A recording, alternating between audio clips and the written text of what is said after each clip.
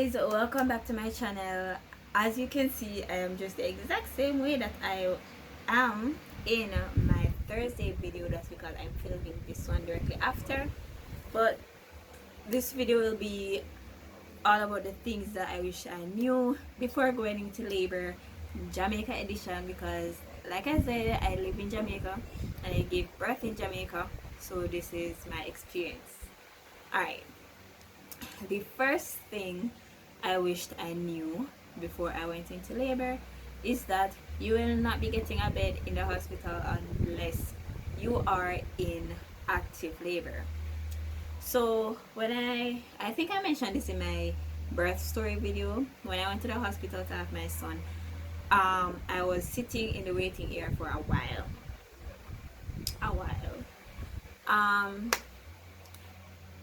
When you go in, you will have to wait until a nurse can get to you and they will check your cervix. If your cervix does not indicate that you're in active labor, they will either send you home, and if you can't go home, you will have to sit in the waiting area until you are dilated to where you need to be in active labor. The second thing I wish I knew before I went into labor is timing contractions. While it is something that is recommended to do, I recommend for you to do it. It is the 5-1-1 rule. Every 5 minutes lasting for 1 minute for an hour. So 5-1-1 rule. It is not hard and fast. I arrived at the hospital in active labor with my son. And when I was timing my contractions, they were 5 minutes apart, 4 minutes apart, 6 minutes apart, 7 minutes apart. It wasn't consistent, so that's why I took so long to go, and that is one of the reasons why I ended up with a section and they were not able to do a cephalic version, so I could deliver him naturally. Another thing I wish I knew before going into labor was how uncomfortable cervix checks are while you're having contractions. During my pregnancy, one of the things that I was very frustrated about was the fact that they would not give me a cervical check the day before I went into labor with my son, and I will still hold that this is medical negligence just based on the fact that I requested it and I was literally a day away from my due date. They will not check you until you're in labor. Cervical exams are awful. Like you're just feeling discomfort all around. You're uncomfortable. It is very uncomfortable. It does not matter how, don't be fooled. It does not matter how small the person checking you hand and fingers are, it still hurts.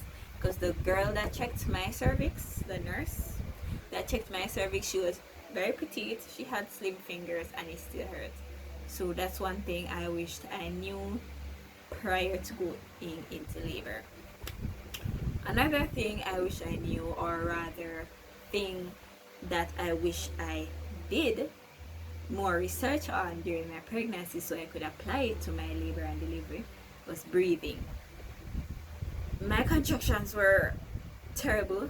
I dilated to 7 centimeters before my C-section, so that's considered active labor, and my contractions were so horrible that I could not sit still. Like, if you watch my labor and delivery story time, I think it's in the first part, I mentioned that I almost broke the people in bed because the contractions were terrible. After I had him, because I was subscribed to and I used to watch a lot of maternity bloggers on YouTube, I learned about the breathing technique and how to properly apply it.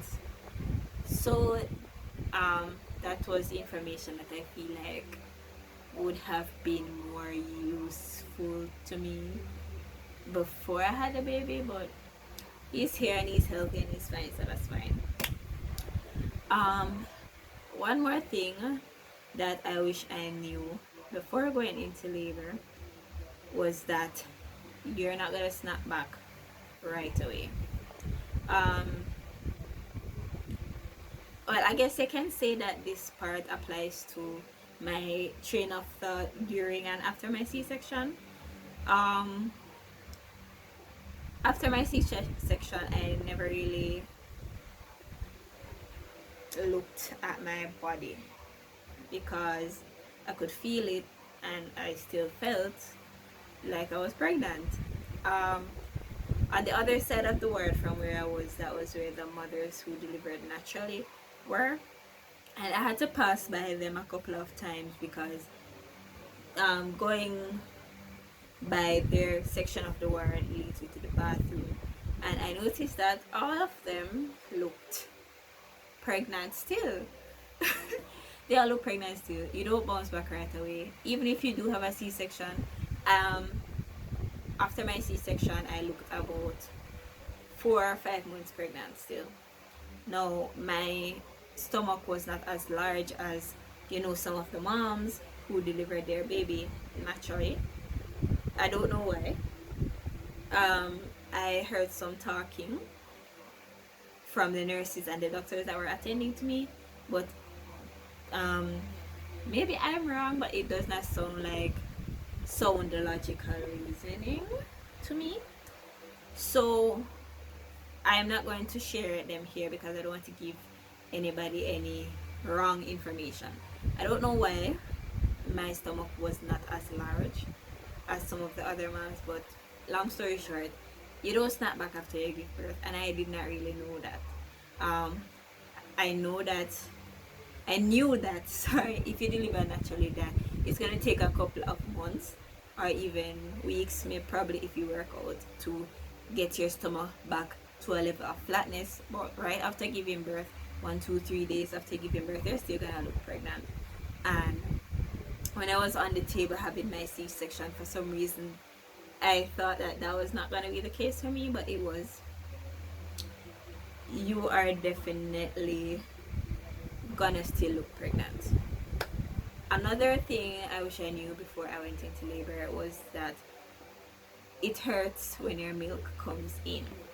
Now, I am aware that this does not happen for every mom. I do know of moms who were not able to breastfeed their kids because they never got any milk in. Or I do know moms who it took them a couple of days to get their milk in. For me, I think it's genetic for me. But I had my son on Wednesday and my milk came in on Thursday, and I never breastfed him until Friday. So I didn't need to breastfeed him. My milk came in when I went down to the NICU to visit him, and I didn't even realize when it happens. When it first happens, you're not gonna realize what's happening until your breasts become huge and heavy and full of milk, and they start to leak, and your skin is itching and burning. If I had you that was the case, I would have brought my cocoa butter lotion, or at least use some of the Vaseline that I had to moisturize my breasts, because it hurts when it comes in. Your skin feels tight and you have like a burning sensation because your skin is stretching to accommodate the milk that is inside of them. So that's another thing I wish I knew before going into labor. And last but not least, another thing I wish, and this probably will be the prologue to another video that I want to do about my experience with having a C-section. But I didn't know this prior to going into labor, and I wasn't expecting to have a C-section. So I was not really banking on this happening to me anyway. But after you have a C-section, you will not be able to walk straight for a couple of days. So after I had my C-section, they told me to come back after 5 to 10 days to get my stitches removed, because I got stitches. I didn't get dissolvable sutures. during this time my son was in the NICU, and I had to go and visit him, as well as I had to go and set my appointment for my 6 weeks clinic. And I still had the bandage on my incision. I was not able to walk straight for days. Like, even after they removed the stitches and took the bandage off, I was not confident enough to walk straight for days, and it was so annoying. It gave me back. So yeah, walking straight, no, that's a no. I don't know how many points I just made, because let's be honest, if I'm being honest with myself, there's so many things that happened that, you know, I was not anticipating. For this video, these videos I usually make notes. If you remember my handed notebook from the Storytime series, that's what I used, but I didn't make any notes because I was so busy this week, and I really wanted to get this video out for you guys, so I didn't make notes, just spoke off the top of my head. I will be doing a video about C-section recovery, so let me know below if you want to see a video about that. Thank you guys so much for watching this video.